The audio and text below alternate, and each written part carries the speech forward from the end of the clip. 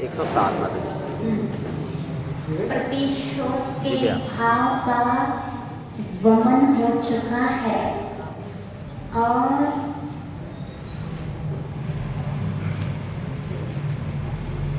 आत्मा के बोध का आगमन हो चुका है और अनुभूति को नमन हो चुका है। पाप का प्रतिनिधि कौन है? प्रतिशोध के भाव। पुण्य का प्रतिनिधि कौन है?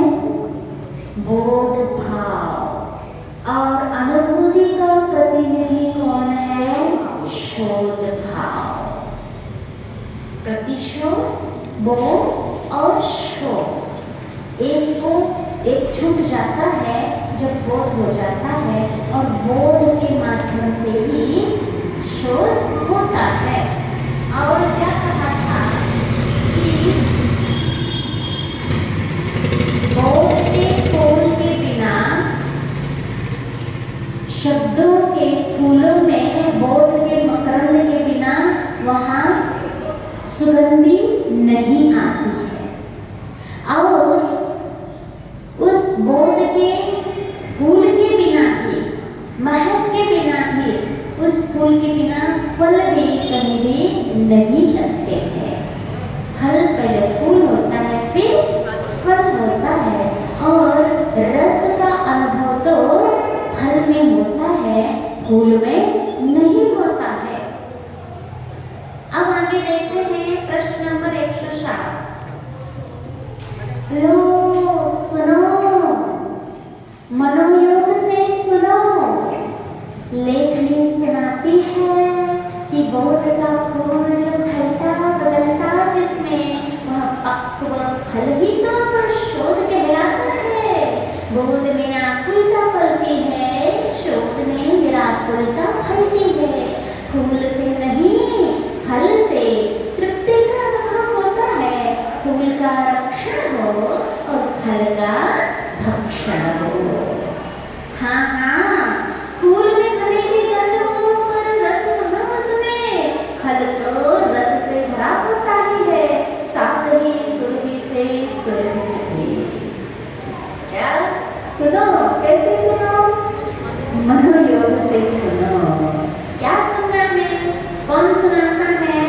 लेखनी सुनाती है। लेखक कौन है? आचार्य भगवान है, जो सुना रहे हैं अपन को कि बोध का फूल जब ढलता बदलता है। कल बताया था ना, फूल धीरे धीरे सिकुड़ता जाता है और उसके पीछे छोटा सा जो फल लगा था वो बढ़ता जाता है, विशाल होता जाता है। तो यह फूल का फल में बदलना कहलाता है। और यदि वह फूल, कुछ फूल ऐसे भी होते हैं जिसमें फल नहीं होते हैं, वो मात्र फूल के पौधे कहलाते हैं। जैसे गुलाब फूल है, सेवंती फूल है, मोगरा फूल है, ऐसे भी फूल होते हैं। वो फूल ही रह करके कुछ समय तक रह जाते हैं और झड़ जाते हैं। अब जिस फूल के पीछे थोड़ा सा नोक होता है, पॉइंट होता है, वो फल लेकर दे करके ही फूल झड़ता है। तो फूल हो गया एक बोध। बोध होने के बाद भी जरूरी नहीं होता है कि जीवन में सबको अनुभूति आ जाए। ध्यान देना, हर फूल क्या हो गया? बोध। बोध सबको हो गया। बोध होने के बाद भी अनुभूति किस किस को आती है? उस बोध का रस किसको चखने मिलता है? विरले लोगों को ही मिलता है। ऐसे ही दुनिया में फूल के भी पेड़ होते हैं और फल के भी पेड़ होते हैं। और फल के पेड़ों में पहले फूल आते हैं, वही फूल फल देता है।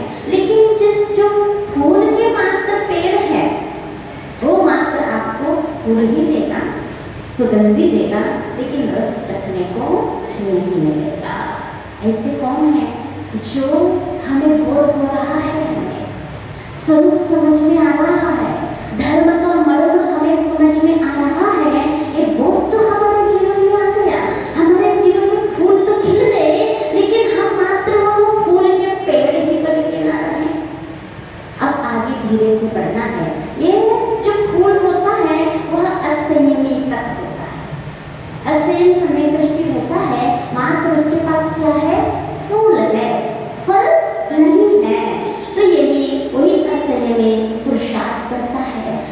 बोध का और आगे शोध करने की ओर अग्रसर हो जाता है तो वही फूल फल में ढल सकता है। तो उसको असंयमीपना छोड़ना होगा, संयम जीवन में लाना होगा। जब संयम जीवन में लाएगा तब वो शोध होगा। शोध माने आत्मा की अनुभूति, आत्मा का रस चखना, समता में डूबना, आत्मा में डूबना। ये क्या है? बिना संयम के नहीं हो रहा है।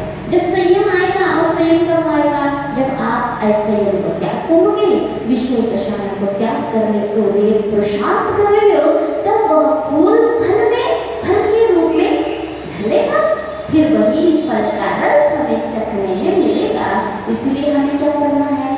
हम मात्र फूल के पौधे बनते न रहें, फल के फूल बने। वो फूल के पौधे बने जिसके पीछे छोटा सा नोक लगा रहे, माने हमें जो बोध हुआ है उस बोध का उद्देश्य हमें संयम धारण करने का, अनुव्रत महाव्रत धारण करने का लक्ष्य उसी समय बना लो। तो ये लक्ष्य बनना यानी आपके बोध का फूल के पीछे छोटा सा आपका फल पॉइंट लग चुका है। अब आपने लक्ष्य बना लिया और लक्ष्य बनने के बाद व्यक्ति का लक्ष्य की ओर मुख हो जाता है तो धीरे धीरे उसकी ओर बढ़ना भी, बढ़ने के लिए पुरुषार्थ हो जाता है क्योंकि उसने लक्ष्य बनाया है।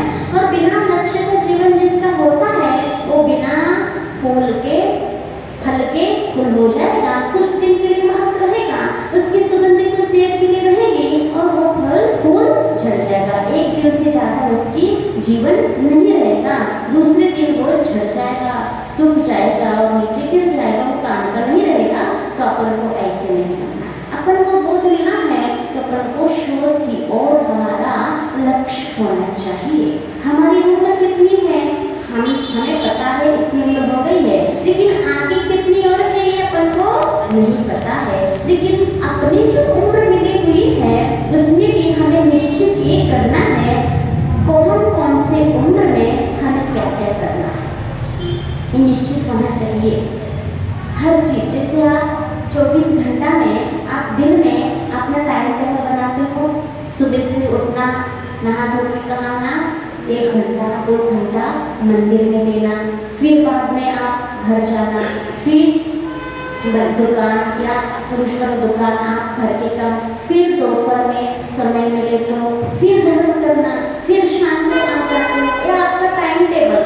आपके 12-24 घंटा में कितना घंटा आपको देना है आपने निश्चित कर लिया। ऐसे ही आप अपने जीवन के समय को निश्चित करना चाहिए कि हम अब 40 साल के हैं, 45 साल के हैं, 50 साल के, अब 60 साल जैसे होंगे तो हम ये वाला नियम लेंगे, 65 साल होंगे तो घर त्याग देंगे। हाँ, ये नियम होना चाहिए। क्यों हंसी आ रही है? घर त्यागना नहीं चाहिए क्या? तो ये संकल्प होना चाहिए, लक्ष्य होता है। क्योंकि आचार्य ने आप लोगों के लिए रास्ते खोल दिए हैं, खोलने के नहीं खोलेंगे तो आप लोगों के ऊपर लोगों ने कृपा की है। तो ये लक्ष्य भी अपना होना चाहिए कि हमें घर में रहकर भी हमारे प्राण दान करें, घर का त्याग के साथ हमारी आगे की यात्रा हो, ये लक्ष्य होना चाहिए। और असंयम अवस्था में ही रहकर हमारा जीवन का अंत ना हो जाए, जीवन में अनुग्रह और अंत में महाव्रत भी आ जाए। ये लक्ष्य तो होना ही चाहिए। अकेले भावना मानने से नहीं, तो भावना तो सब पाते हैं, लेकिन साथ ही साथ में आप ये डिवाइड करिए कि इतना इतना हम इस हमारे ऊपर जो जिम्मेदारी है, जो दायित्व है, जो कर्तव्य है, उस कर्तव्य को करके जब निवृत्त हो जाएंगे हम ये वाला व्रत अंगीकार करेंगे, थोड़ा सा और साधना बढ़ाएंगे, अनुवृत्ति हो जाएंगे और अनुवृत्ति होते होते और अनुवृत्ति प्रतिमाएं बढ़ाते जाएंगे। फिर क्षुल्लक भी हो सकते, क्षुल्लिकाएं हो सकती है। अब साधिकाएं, क्षुल्लिकाएं नहीं बना रहे, साधिकाएं बना रही है और पुरुष वर्ग के लिए क्षुल्लक बना रहे हैं आचार्य जी। फिर क्षुल्लक के बाद जब हमारी साधना बढ़ेगी, फिर जब हम संलेखन के अग्रसर होंगे तो मुनि बन करके संलेखन करके महाव्रत के साथ जो संलेखन करोगे और इस संयम के साथ जो संलेखन होगी, ज्यादा से ज्यादा 7-8 भाव आत्मा बुद्धि होती है तो उसके बाद में फिर जीवन में वापस आते हैं? क्या आत्मानुभूति होती है जैसे, हाँ, जैसे संसारिक जीवन में वापस सिर्फ अंतर्मुख के लिए, अंतर्मुख के लिए ही अनुभूति होती है, उससे ज्यादा नहीं। कोई भी हो, उससे ज्यादा आत्मा की अनुभूति नहीं है। तो उस समय क्या विचार आते हैं उनको, मतलब आत्मा में? वो विचार उनको ही वो जानते हैं अनुभव कैसा होता है, उनको स्वयं इतना आनंद होता है, बाहर का सब भूल जाते हैं, और जो रस अंदर का होता है, गूंगा खाए शरदरा और मुस्कुराए। गूंगा है, शक्कर खाने को दे दिया, उससे पूछा बताओ भाई शक्कर कैसा है, तो क्या बताएगा? बस इतना ही बताया ना। ये जो अनुभूति होती है वो मुँह से बताई नहीं जाती है, उदाहरण देके आपसे बताया जाता है। आगे में उदाहरण दिया है, उदाहरण कैसा देते हैं? संसारी जीव जिसको अनुभव कर चुका है, जिसके बीच में गुजरता है, जो उसके जीवन में अनुभव में आते हैं, उसका उदाहरण देकर के आचार्य बताते हैं। क्या बताते हैं कि सो इंद्र नाग नरेंद्र वा अहमिंद्र तेना हीग। अब क्या उदाहरण देंगे आपको? आप चक्रवर्ती का सुख समझते हो कैसा होता है ना? या फिर इंद्र नरेंद्र, इन सबका सुख सब इकट्ठा करो, वो सब इकट्ठा करने के बाद भी वो आनंद नहीं आएगा जो आत्मानुभूति का आनंद। अब आपने क्या अनुभव किया? आपको सबसे अच्छी वस्तु, ये सबसे खुशी कब हुई है आप बताना बता सकते हो? जीवन में सबसे ज्यादा खुशी कब होगी? मतलब आप सबसे अच्छा कौन सा? मान लो खाने में रसगुल्ला है, किसी को जलेबी है, किसी को पोहा है, यहाँ पोहा ज्यादा चलता है ना? तो इससे अब ये तो उसके सामने तुच्छ है, बहुत तुच्छ है, हम उसको उपमा भी नहीं दे सकते। अब आपने जो अनुभव किया है, मान लो अब क्या कहे, अंधा है, अब अंधा को कहीं अंधा टकरा गया और उसको आँख आ गई तो कितनी खुशी हो जाएगी? और कोई भिखारी है और उसको रात सुबह शाम खाने के लिए आधी रोटी भी नहीं मिलती है, और उसको हीरा जवाहर की पोटली मिल गई तो कितनी खुशी हुई? अब एक उदाहरण दे सकती, इससे कई गुना आनंद किसमें आता है? आत्मा के उपमा इतने दे सकते हैं, मुस्कुरा के बता सकता है कि वह गूंगा, इतना ही बता सकता है प्रसन्नता से, उसके चेहरा देख करके आप समझ जाओ कि इसके अंदर क्या भरा हुआ है। तो ये क्या सुनो, मनोयोग से सुनो, एक फूल कहाँ ढल गया? फल में ढल गया, और फल का रस, फल में ही रस होता है, फूल से नहीं, फल से तृप्ति का अनुभव होता है। फूल का रक्षण हो और फल का रक्षण, जब फूल का रक्षण होगा तभी फल उसमें है। हाँ, फूल में भले ही गंध हो पर रस कहाँ उसमें? फल तो रस से भरा होता ही है, साथ ही सुरभि से सुरभित भी। क्षत विक्षत शूल का देह हिल उठा, देह का काठिन्य निगल उठा, शिल्पी के शिल्पन से अश्रुपूर्व जल्पन से। इस प्रकार के उस शिल्पी के माध्यम से व्याख्यान सुन करके फल और फूल का और प्रतिशोध बोध शोध, इस प्रकार के व्याख्यान को सुन करके जो शूल था बिल्कुल उसमें जो काठिन्य थे, शूल तो कठिन होता है, कठोर होता है, उन्मुक्त होता है, तो उसके अंदर जो कठिनता बढ़ी थी, उसका हृदय बहुत कठोर हो चुका था, अब वो कठोर नरम हो गया, नरमाई में बदल गया, और वह हिल गया, इतना उसका दिल हिल उठा। अब वह क्यों? अशुद्ध पूर्व जलपन, अशुद्ध पूर्व मैंने पूर्व में ऐसे कभी सुना नहीं था, ऐसे अशुद्ध पूर्व जलपन माने व्याख्यान को सुन करके वो शुद्ध का दल हिल उठा। पश्चाताप के साथ कंटक कहता है कि अहित में हित और हित में अहित निहित सा लगाए से, मूल गम्य नहीं हुआ, चूल रम्य नहीं लगाए से, बड़े गोल बन पड़े इससे। बस ये जिसके जीवन में आ जाए उसका उद्धार शुरू हो गया, ये समझ लो आप। कैसा कि उसको गलती समझ में आ गई तो उसका उद्धार उसी दिन से शुरू हो जाता है। अभी गलती सुधारा नहीं, मात्र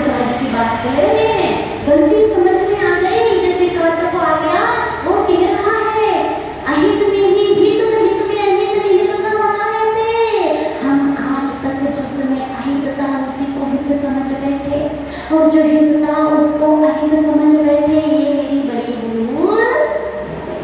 मूल गम्य नहीं हुआ। मूल माने शोध जो होता है सुख का, उस सुख का शोध मूल जो जड़ है वो मुझे गम्य नहीं हुआ, माने ज्ञान नहीं हुआ।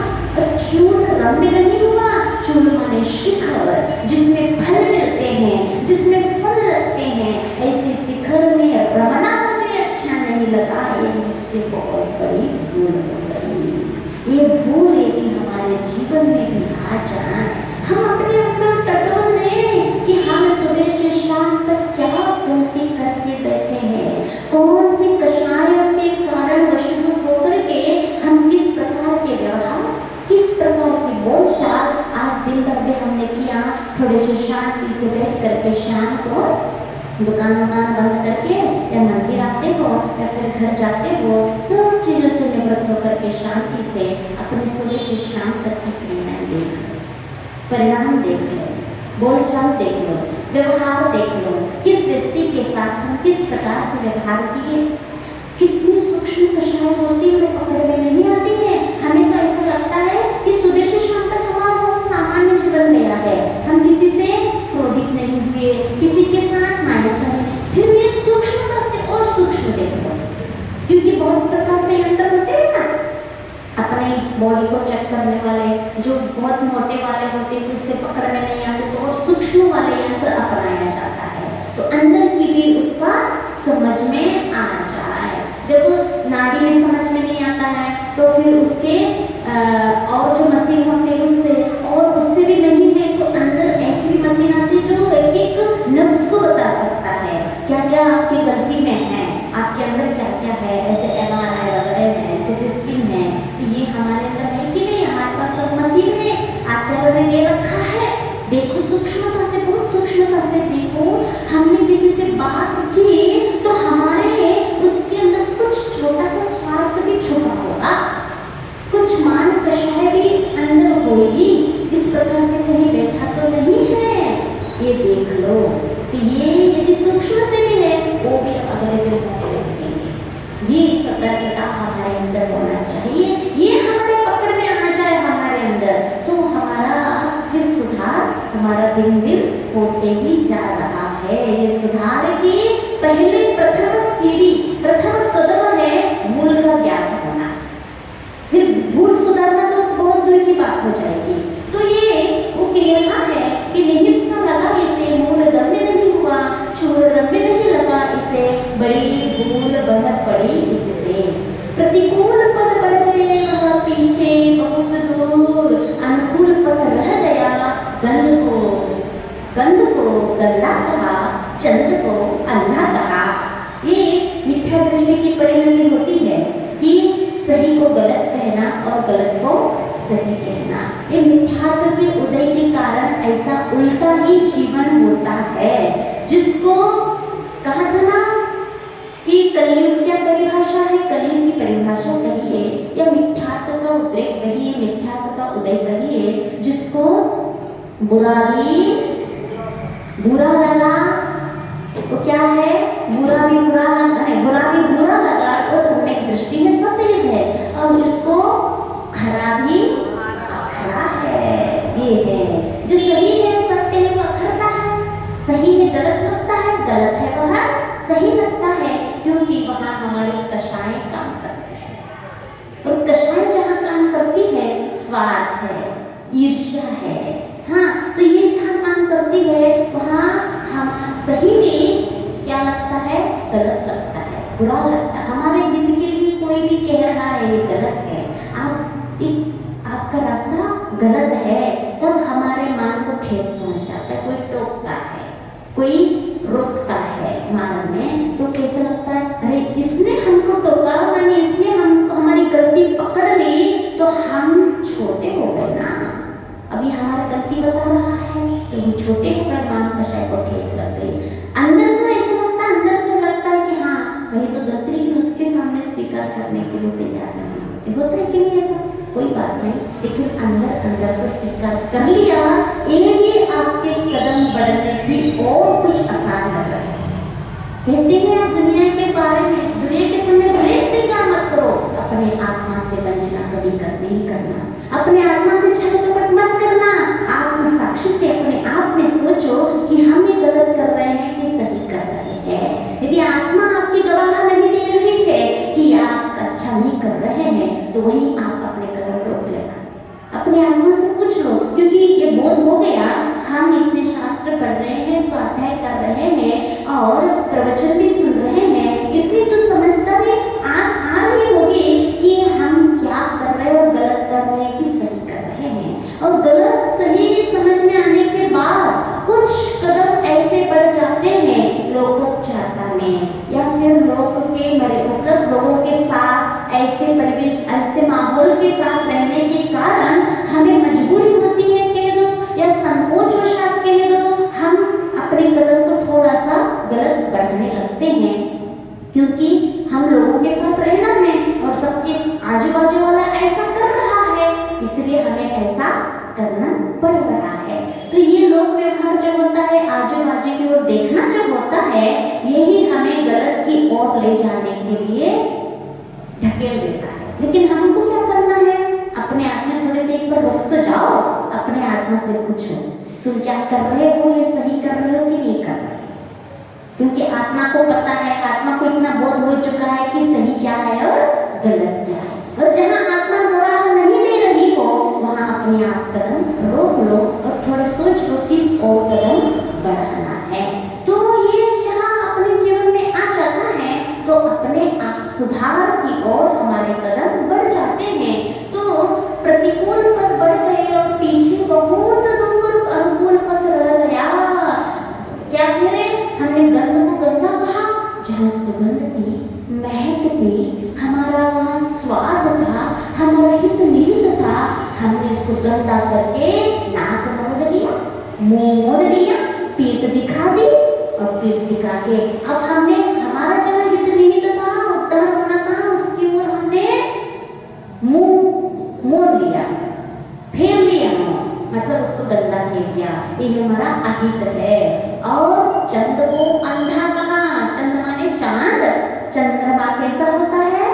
बिल्कुल प्रकाशवान, चमकता हुआ होता है, दूसरों को प्रकाश देता है। जो दूसरों को ही प्रकाश देता है, उसको हमने क्या कह दिया? अंधा कह दिया। ये हमारा जीवन अनादि से चलता आ रहा है। ऐसी पश्चाताप जिसके जीवन में आ जाए, वही व्यक्ति सुधर सकता है, उसी व्यक्ति के जीवन में कुछ हासिल हो सकता है। इसी प्रकार का पश्चाताप माटी ने किया था शुरुआत में, इसी प्रकार का पश्चाताप फिर कंकड़ों ने किया था, और इसी प्रकार का पश्चाताप आप बोध होने के बाद कांटे कर रहे हैं। एक एक करके हमको ये रास्ता बता रहे हैं जीने का, हित का रास्ता दिखा रहे हैं। इन सब से माटी से समझ में नहीं आया, सब कंकड़ बीच में आ गए। हे भक्त्यात्माओं, हमसे जीवन ले लो, जीवन सीखो कैसे जीना है, उससे भी समझ में नहीं आया। अब कांटे आ गए, कांटे भी बता रहे हैं कि हमारा जीवन ऐसा रहा, हमने अच्छे को बुरा कहा, बुरे को अच्छा कहा, इसको गंध को गंधा कहा। जिसमें महक थी, किसमें महक है, किसमें मधुरता है, किसमें स्वाद है, बताओ? आत्मा में। अपने अंदर ये सब कुछ है, लेकिन हम कहाँ ढूंढ रहे हैं? जो आत्मा के ऊपर गंदा पर्द डालने वाला है, आत्मा के स्वाद को ढकने वाला है, उसको हमने सरस माना। वो बिल्कुल निरस है, क्योंकि जहाँ रस आना है, स्रोत है रस आने का, उसके ऊपर ढालने के काम विषयों ने किया है। जो पंचेंद्रिय विषय कैसे किया? हम पंचेंद्रिय विषयों को भोगने के जैसे ही उद्युक्त हो जाते हैं, उसी समय हमें पाप बंध शुरू हो जाता है। और पाप बंध यानी हमारे आत्मा के अंदर जो रस आता है, रस भरा हुआ है, उसके ऊपर हमारे पर्दे जमती जा रही है। क्यों जमती जा रही है? हमने जहाँ रस नहीं है, वहाँ सरस मान करके उस नीरस से रस लेने की इच्छा की और लेने का प्रयास भी किया अनादिकाल से, इसलिए हमारा आनंद का स्रोत ढक गया, बंद हो गया। यही हम गलती कर रहे हैं। क्या रस कहाँ है, सुख कहाँ है, बाहर समझते हैं हम, लेकिन उसके निमित्त से यहाँ से आ रहा है। वो निमित्त वो बन रहे हैं, लेकिन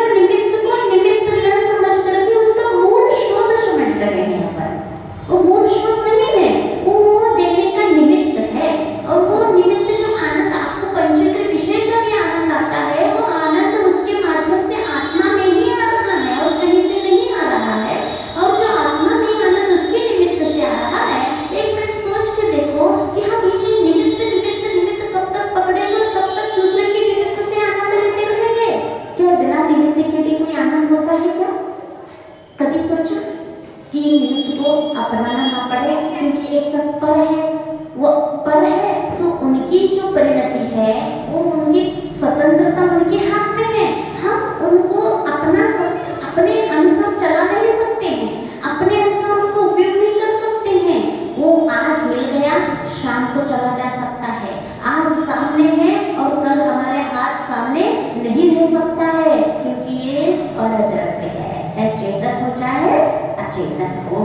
लेकिन फिर भी हम उनको अपना रहे हैं। जो कोई क्षणिक है, कुछ दिन के लिए, कुछ घंटों के लिए रहता है, फिर भी अब उसको अपनाया, वो चला गया तो दूसरों को लेने के लिए भाग गया अपन। इस प्रकार के एक को छोड़ के दूसरे ऐसे सोचो, ऐसे हमारे कब तक करते रहेंगे? कब तक दूसरों को पकड़ पकड़ के हम अपना सुख का अनुभव करना चाहेंगे? इन सबको समाप्त करके आ जाओ अपनी ओर, बिना निमित्त के हमें आनंद लेना है, जिसको कहते हैं अतीन्द्रिय सुख। अब अतीन्द्रिय सुख कहाँ है? अपने अंदर है। ये सब इंद्रिय सुख है। अब आज हम अतीन्द्रिय सुख का अनुभव नहीं कर सकते हैं, लेकिन भावना भा सकते हैं, जरूर भा सकते कि नहीं भा सकते। आपको अतीन्द्रिय मन को स्थिर करके अतीन्द्रिय शोध जहाँ है उसकी भावना भाव वो कैसा है, कब मिल सकता है, किस प्रकार से मिल सकता है, उसका रास्ता क्या है? ये आत्मा तुमने पर को पकड़ पकड़ के अपना सुख को चाहा, सुख का अनुभव करना चाहा, लेकिन वो मिला फिर छूटा, फिर मिला फिर छूटा, यही होता रहा। तो फिर भी उसके पीछे भाग रहे हो। एक बार उसको छोड़ो और अपने ही अंदर वो भरा हुआ है उसको पकड़ो, और उसको एक बार ही हासिल हो गया, कभी छूटने वाला नहीं है, क्योंकि वो आश्वासित है, वो अपनी निजी वस्तु है। निजी वस्तु के ऊपर अधिकार हमारा होता है, लेकिन हम दूसरे के ऊपर अधिकार करना चाह रहे हैं, कभी भी आपके अधिकार में आने वाला नहीं है।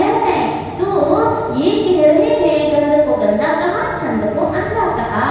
पीयूष विष लगाए से, देखो क्या कह रहे हैं, पीयूष विष लगाए से भूल क्षम्य हो स्वामी, और इसे एक अच्छा मंत्र दो, परिणाम स्वरूप आमूल जीवन इसका प्रसव पूर्ण क्षम्य हो। फिर क्रमशः जीवन में वह भी समय आए, शरणागतों के लिए अभय पूर्ण शरण्य हो, परम नम्य हो। यह भी क्या कह रहा है, मेरी बहुत गलती हो गई, अब इसको एक बहुत अच्छा मंत्र दो, इस मंत्र के माध्यम से हम अपने जीवन का उद्धार कर सके। कैसा परिणाम क्या हो उसका? प्रसव पूर्ण शम्य हो। प्रसव कहलाता है चारों कषायों का जो मंदता होती है उसको प्रशम भाव कहते हैं। क्रोध का, मान का, माया का, लोभ का, जहाँ बहुत मंदता होती है, जब एक भी नहीं रुके हुए थे, उसको प्रशम भाव, वो प्रशम शम्य हो, शमन हो। और फिर क्रमशः जीवन में वह भी समय आए, कैसा समय आए? शरणागतों के लिए अभय पूर्ण शरण्य हो। मतलब हमें ऐसा जीवन दो हम अपना भी कल्याण कर सके, और कोई आए जीवन में तो उसको भी हम अभय के कारण बन जाए, ऐसा जीवन हो जाए मेरा। ऐसा कुछ मंत्र दे तो ऐसा मंत्र उस शिल्पी के लिए कौन मांग रहा है? कांटा। देखो क्या जीवन बदल गया उसको, कहाँ तो उबर रहा था बदला लेने के लिए, ठाना था उसने, मरणासन्न था। अब उस शिल्पी की क्षमा मांगने के उस धर्म से वो प्रभावित हो गया। फिर उसके बाद शिल्पी के द्वारा उसको कुछ बोध मिल गया, और इस प्रकार से देखो बोध भी उसी को हो सकता है, समझ उसी को आ सकता है जिसके द्विस्थानी उदय रहता है। द्विस्थानी समझते हो? चतुस्थानी, त्रिस्थानी और द्विस्थानी, एक कर्मों का अनुभव का उदय रहता है। जैसे कर्म बनते हैं अपने सत्ता में, चतुस्थानी भी है, त्रिस्थानी भी है, एक स्थानी भी है, त्रिस्थानी, सब चतुस्थानी तक रहता है। ये कहलाता है कषायों का बहुत तेज उदय रहना, ये चतुस्थानी कहलाता है, और मंत्र उदय रहना द्विस्थानी कहलाता है। तो इसके चार भाग में बांटा है। चारों का मतलब एक साथ ही आ जाता है क्या? नहीं, हम बता रहे हैं ना, जैसे कर्म बनते हैं ना, जिस समय बनते हैं उस समय फल देने की शक्ति को लेकर के भी बनते हैं, इसको अनुभाग कहते हैं। चार प्रकार का बंध कहा ना, प्रदेश, स्थिति, प्रकृति और अनुभाग। तो ये उस समय एक समय में मान लो कितने क्वांटिटी में कर्म बने, ये क्वांटिटी कहलाती है प्रदेश में। अनंत कर्म बनते हैं एक समय कितना कहलाता है? अपने ज्ञान का विषय में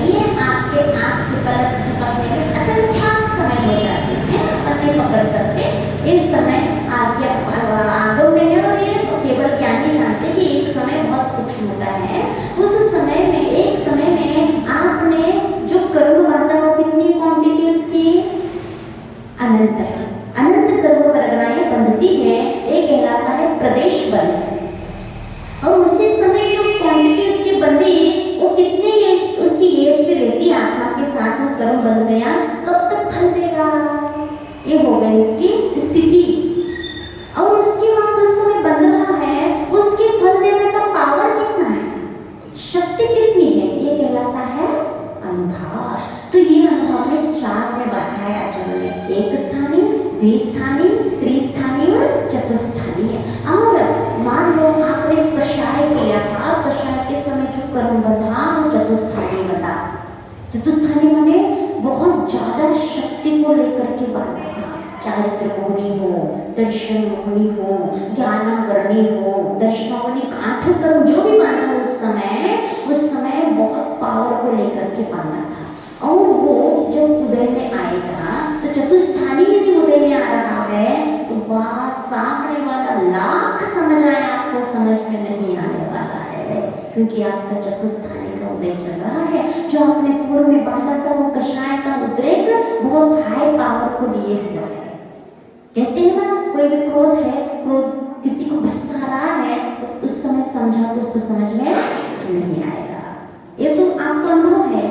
ऐसा ही हमारा चारित्र होने का उदय है। मान लो क्रोध तो सामने आ रहा है कि हमें दिख रहा है, लेकिन हमारा चारित्र होने का उदय ऐसा होता है, लाख समझाएं लेकिन त्याग के भाव नहीं होते, क्योंकि चारित्र होने का चतुस्थानी का उदय चल रहा है। और जब सच्चे देव शास्त्र गुरु के बारे में कोई व्याख्यान कर रहा है, उसके महत्व को समझा रहा है और आपका दर्शन मोहनी का चतुस्थानी उदय चल रहा है, तो आपको उस देव शास्त्र गुरु के प्रति श्रद्धा होगी ही नहीं, क्योंकि आपका चतुस्थानी का उदय चल रहा है। इसीलिए समझाना निमित्त हो सकता है, लेकिन समझने वाले के ऊपर यदि मंद उदय हो तो समझ में आ सकता है। यहाँ जितने भी भव्य आत्मा बैठे हैं, सबका अनुभव अलग अलग चल रहा है। सब प्रति व्यक्ति का अनुभव सबका अलग अलग है, और जिन को जितना समझ में आ रहा है उतना मंद अनुभव का उदय है समझ में। और समझने में कोई बस समझ बस रहा है, समझने में अच्छा लग रहा है, अच्छी बात है, समझ में आ रहा है, ये द्विस्थानी का उदय है, सबका समझ में आ सबको।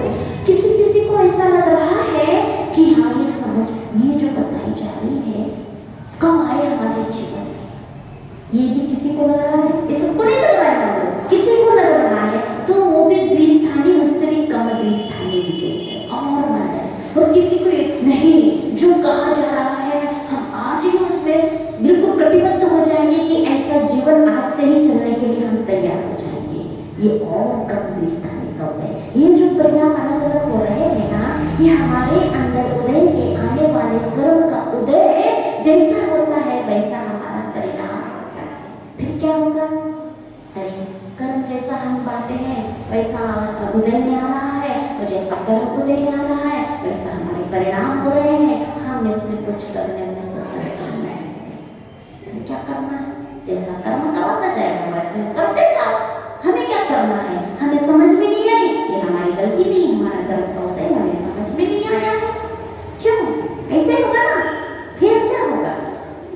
हमें किसी की गुस्सा करने के भाव आ गए, मेरी क्या गलती, मेरा कर्म का उदय था, क्रोध का उदय था, हमें चापट मार दिया। ये सिद्धांत तो ऐसे ही रहा है कि ये कर्म का उदय जो भी होता है कर्म के उदय से होता है, और आपको हमने गाली दी, आपका कर्म का उदय था, बिना कर्म का उदय का कोई कुछ होता ही नहीं, ना हम कर सकते ना आप कर सकते हैं। फिर क्या होगा? गांधी जी और भगत सिंह की दोनों की, हाँ भगत सिंह की दोनों की क्या अपोजिट विचारधाराएं थी, नहीं सुभाष चंद्र बोस की भगत सिंह की नहीं, बिल्कुल छोटे पहले चल गए। सुभाष चंद्र बोस की और गांधी जी की विचारधाराएं अलग अलग थी। गांधी जी क्या कहते थे? एक काल मारा, ये कहते थे एक बार दो मारो। ये क्या है? देखो क्षेत्र में समझ में आना चाहिए हम किस क्षेत्र पे खड़े हैं और क्या करने खड़े हैं, है ना? ये भी तो तय होना चाहिए। हम वहाँ खड़े हैं अपने आजादी के लिए, स्वतंत्रता के लिए, और वहाँ आपको हाथ जोड़ने से काम नहीं चल रहा है, तो वहाँ यदि हथियार से काम चल रहा है तो चला, हमें तो अपना वो लेना है। और यदि आप वही काम यहाँ धर्म क्षेत्र में खड़े होकर अपनाओगे तो आपको शोभा नहीं देगा। ये धर्म क्षेत्र की बात कही जा रही है, मोक्ष मार्ग की बात कही जा रही है। वहाँ आजादी की बात थी, वहाँ देशभक्ति की बात थी, देश को स्वतंत्र दिलाने की बात थी और यहाँ आत्मा को स्वतंत्र दिलाने की बात है। वैसा व्यवहार यहाँ नहीं होगा। ये यहाँ से यहाँ मोक्ष मार्ग में जो भी बताया जाएगा शांतिपूर्ण से ही काम लेने के लिए कहा जाएगा। ये गांधी जी का ही सूत्र यहाँ अपनाया जाएगा। वहाँ सुभाष चंद्र बोस जी का यहाँ काम नहीं चलेगा। तो अपन आज बहुत समय हो गया। आज आप लोगों के लिए विचार करने के लिए, चिंतन के लिए जितना हमने दे दिया कि इतना कह दिया, जैसा कर्म लोग देगा वैसा ही होगा। हम यदि हमारा तीव्र कर्म लोग देंगे, हमें कुछ समझ में नहीं आया, हम कर नहीं सकते, धर्म अंगीकार कर नहीं सकते, और यदि मंद जो आएगा तब हम करेंगे।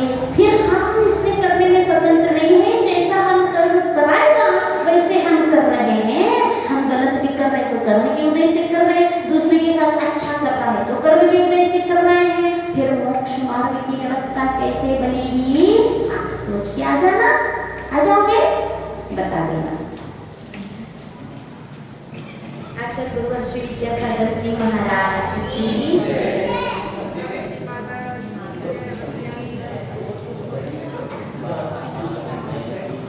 आप दूसरी हाँ, दूसरी पर।